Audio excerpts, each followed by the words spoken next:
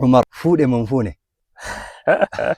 Waan kaasii hin qabdanna. Namni kophaa rafu itasan hitti qorraa mire Akkamitti yoo haati manaa bira jiraatti walitti anidha. Jireenyi illee qaala hutti jira wayi rakkadha. Intala tana yoo haajaa ittiin qabaatin yoo ofii fuudhuun idin natti fuudhamu. Hanga xumura sagantaa kanatti yoo wajjin turtan waa hedduu irraa barattanis ka qabeenya qabutti dafanii intala kenna. Kan qabnetti ammoo hin dhorkatan. Assalaamu alaikum wa rahmatullahi wa barakatuhu. An Abdallah Muhammad. Dargaggeessa seeqataa fi seeqachiisaa Umar moggaa kiyyatti argama. Kaameraamaaniin duuba keenyatti argamu Sanyii Najjaashiiti.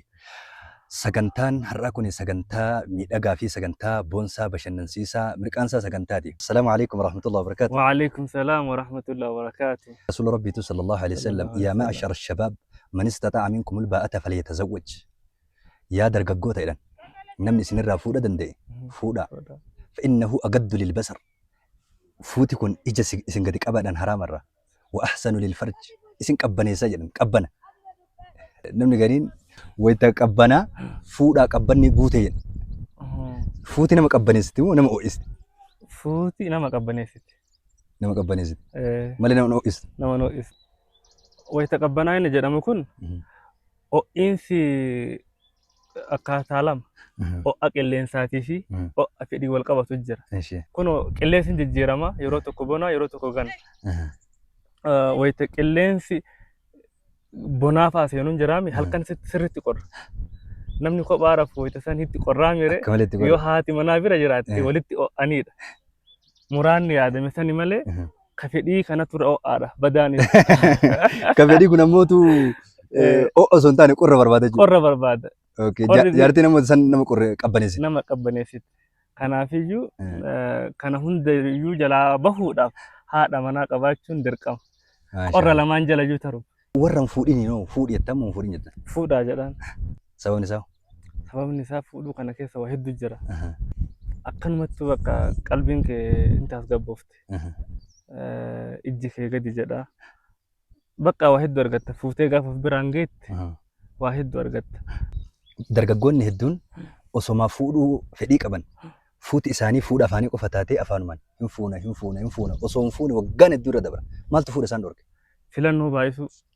Filannoo baay'isuu fi ofitti amanamummaa yoo fuudhe wayi rakkadhaa wayi akkas tahaa waan akkasii wal fakkaatu kanatu isaan dhorke yeroo hedduu. Maaliif iyyuu namni tokko amma hin qaba haadha manaa horatuu hin danda'a.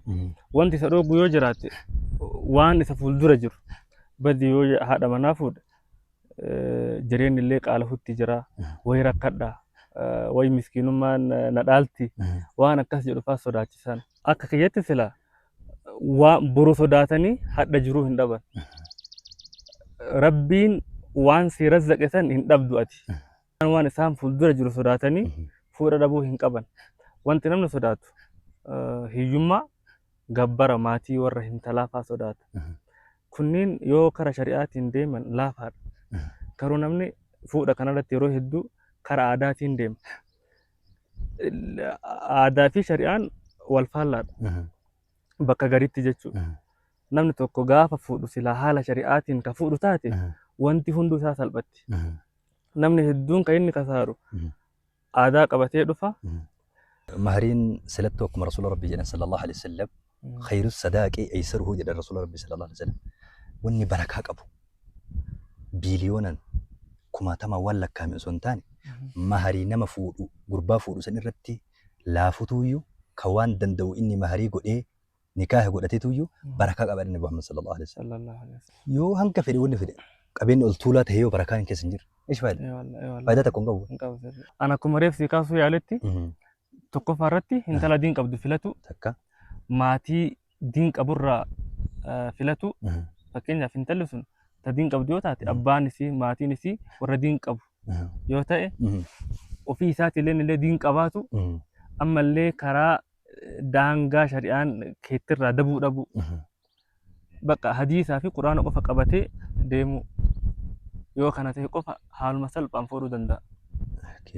Gaafana wanni isatti qaalawu wanni fuudha akka waan samii masalaalii malee kori jedhanii itti fakkeessu tokko jiru jechuudha. Jiru wallaahi laafaadha. Akkuma duratti siin jedhe wanti dhiirallee fuudha dhoggee dubartiillee heeruma dhogge keessaa tokko jireenya osoo haadha manaatiif abbaa manaa hin tahin badhetti waliin jiraatan.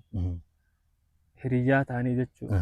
Tokko isa tokko ammallee abbaan intala qaalisu. Kanatu intalallee akkan heerumne godhe gurbaallee akkan fuune godhe. Namni tokko waan silaa karaadhaan dhufe intala fuudhee manatti halaalaan argatu badhetti yoo argatu taate aluma salphaan jaartii fuudhuun isan barbaachisu. Amma nama tokkotu jira nama hedduun hin kaasaan dhiirillee akkasuma dubartiileen akkasuma waggaa hagana na eegi jettiin waggaa hagana na eegi jedhaan keessaa tokko garuu isii wajjin nama 10 ol janaajanuu danda'a. Inni gaafa biraa filatee akkam fuudhaa yookaan waliin jiraatee fa'a jechuun karaa halaalaan ta'een waliin jiraatee tabiraata waliin haraama hin dalagin fuudha inni.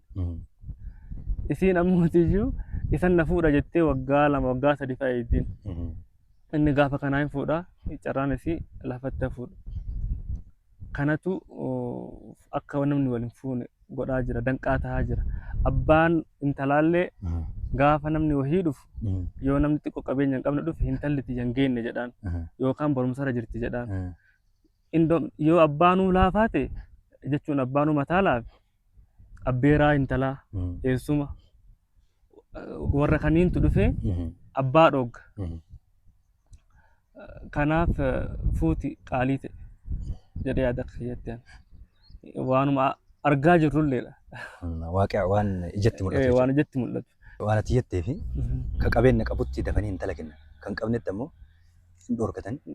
Intalli takka gara Nabi Muhammad dhuftee sallallahu alaihi wasallam yaa Rasuula Rabbi jettee fuuldura isaanii dhaabattee wanni an dhufeef lubbuu kiyya isinii kennuudhaaf jettee. Rasuula Rabbi sallallahu alaihi wasallam fasa'ada an-nazara wa sawwabahu jalaa fuudhee haga gubbaa laale. Fuudhuuf wayitaa niyyatan laaluun hin baqa. Jalaa haga gubbaa laale Rasuula Rabbi sallallahu alaihi wasallam summa xaaxaa rasu laalee geessee mataa ofii gabbuuse Rasuul. Fuudhuu waan hin hidiniif mataa isaa gabbuusee cal'ise. Rasuulli cal'isanii arginaan intalli akka Rasuulli fedhan qabne arginaan isiinillee inteette. Osoma isiin akkasitti heettuu namichi tokko itti dhufe. Itti dhufee maal jedheen yaa Rasuula Rabbii jedheen intala tana yoo haajaa ittiin qabaatiin yoo ofii fuudhuun idin natti fuudha abboo jedheen. Namicha nama akkamitti beektaa? Abbaa qabeenyaati miti. Hiyyeessa wata akka hin qabne. Hiyyummaa bira taree uffata gubbaan uffatu hin qabu marxoo malee. Wata akka manaa fi alatti illee wanta akka rabbitti hin beeku. Hiyyeessa qullaa kanatti dhufee yaa Rasuula Rabbii natti fuudhu yoo ofii fuudhuun idin jedheen. Jennaaniin Rasuula Rabbii maal jedhanii beektu? Waa qabdaadhanii waan nikaasii hinuu qabdaa jennaan. Wallaahi yaa Rasuula Allah wata akka hin jiran jedheen. Wata akka hin qabu yaa Rasuula Rabbii jedheen. Mee deemi mana dhaqi jedheen. Waa wahii waan nikaasii hin wayii da'oo laali warra biraa laali kootte jedheen. Namichi gara manaa deemeet maatii biraallee wata akka dhabeet gara Rasuula deemee wata akkana gara yaa Rasuula Rabbii maatii biraallee homaan jiran jedheen. Waan intalli jaalatte. Waan intalli jaalatte maarii godhuun dirqama. Maariin min shuruuxi nikaa. Seera nikaa irraa nikeenni fayyaan ta'u maariin jiraatu malee. Walau qal osoo caammaa takka yookiin kophee takka bituuf illee ta'e osoo iskaarbii takkatti illee bituuf illee ta'e osoo hattan qubee yoo siin jaalatte sa'aatii yoo siin jaalatte maariin dirqama alaa kullaaletti. Namichi manallee dhaqee ilaalee deebi'ee yaa Rasuula Rabbii wata akka manaan qabnu homaan jiran inni jennaan mee deemii ammallee mana deebi'e osoo qubee sibiilaallee taate waa laaliidhanii waan nikaasii hinuun. Waan isaa ajaa'ibu qubee argate mun argan. Wallaahi hin argan. Qubee hin argan. Hin argan. Ammallee da'oo dhaqee ilaalee deebi'ee yaa Rasuula Rabbii wata kana agarra jedhee. Dhufee tuni marxootiyya yaa Rasuula Rabbii jedhee. Fooxaa gubbaatu hin qabu. Marxoo qofa inni qabu. Tuni marxootiyya waan qabu wanni biraa hin qabu. Isii tana walakka dhoosee fi yookiin walakka addaan baasee walakkaa isii kennee walakkaa ofii uffadha tanuma maharii naa godhi nikaa naa hidhi jedhee. Jennaan Rasuula Rabbii maal jedhanii sila maal gooti Rabbii jedhee marxootee tana maal gooti yoo ati uffatte isii hin gahu yoo isiin uffatte si hin gahu lama dhabaadha. Wama takkaa bu'aan qabu maal isii fayyadaadha. Namichi abdii muratee rifatee maal godhatee qabeenyi biyyee ta'ee lafaan fuudhu. In taa'e teessuma dheeraa tokko taa'ee booda ka'ee achi garagale deemuudhaaf. Bakka abdii murateera dhabe. Wata akka dhabeera. Maatii hiyyees inni hiyyees dhabee jira. Eegana Rasuula Rabbii sallallahu alaihi wasallam wayituma isa achi garagalaa jiru argan maal jedhanii beeytu? Mee namicha isaa waamaa jedhanii sahaaba bira jiru ergan. In waamanii deebisan. Quraana beeytaa jedhanii. Bari hin danda'a Rasuula Rabbii suura akkana fa'aa beekan. Haffaztee jedhanii qumaan. Haffazee jiraan beekan. Rasuula Rabbii sallallahu alaihi wasallam Quraana si bira jiru saniin si handhuurfachiisee jira yookiin sitti heerumsiisee jira. Quraanuma san isii barsiisee jedhaniini quraanumaan nikaa jedhanii. Hadiisni kun hadiisa Bukhaarii, Muslim, Abi Daawud, Ibn Maajah keessa jiru. Hadiisa akkaan barsiisaa fi namni gorsa irraa fudhatudha. Namni tokko tokko ilaalchisa yoo intala isaa maharii laafaadhaan maharii xiqqaadhaan nikaa hidhe akka waan namni inni nikaa hidheef sun intala san ari'u akkasitti fakkaate akka waa yoo qabeenya guddaa irraa fuudhe inni intala san qabee horatu godhe wajjin jiraatuun wajjin turuun wajjin horuun wajjin buluun harka rabbii jirti sun bara harka rabbii jirti akkas godhe waytaa maharii gaafatullee ol kaasee hagana malee jedhe gurbaallee fuudha dhorgee umrii irra dabarsutti jedhe namoota hedduutu umrii seeqataa kanaa ni beektu isallee hiriyoota isaallee haadha warraa qabdaa fuutee mun fuune bultii ijaarattee hidhee namoonni hedduun gaafii akkana kana dhiyeessa. Umar fuudhe moo hin fuune? Fuudhee jira. Umar fuudhee jira. Maasha Allah. Baga rabbiin siin gahee baarakallahu lakuma wa baraka alaykuma wa jama'a baynakuma fi khayr jenna. Warra hin fuudhin yoo fuudhi jettan moo hin fuudhin jettan? Fuudhaa jedhan. Fuudhuu kana keessa waa hedduu jira.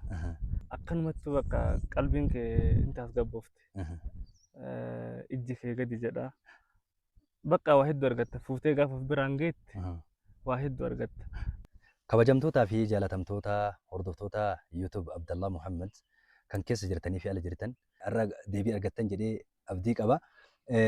Inshallah ta'ala yoo rabbi waliin deebisee sagantaa biraatiin hamma walitti deebinutti. Assalaamu alaykum wa rahmatullahi wa barakatuh.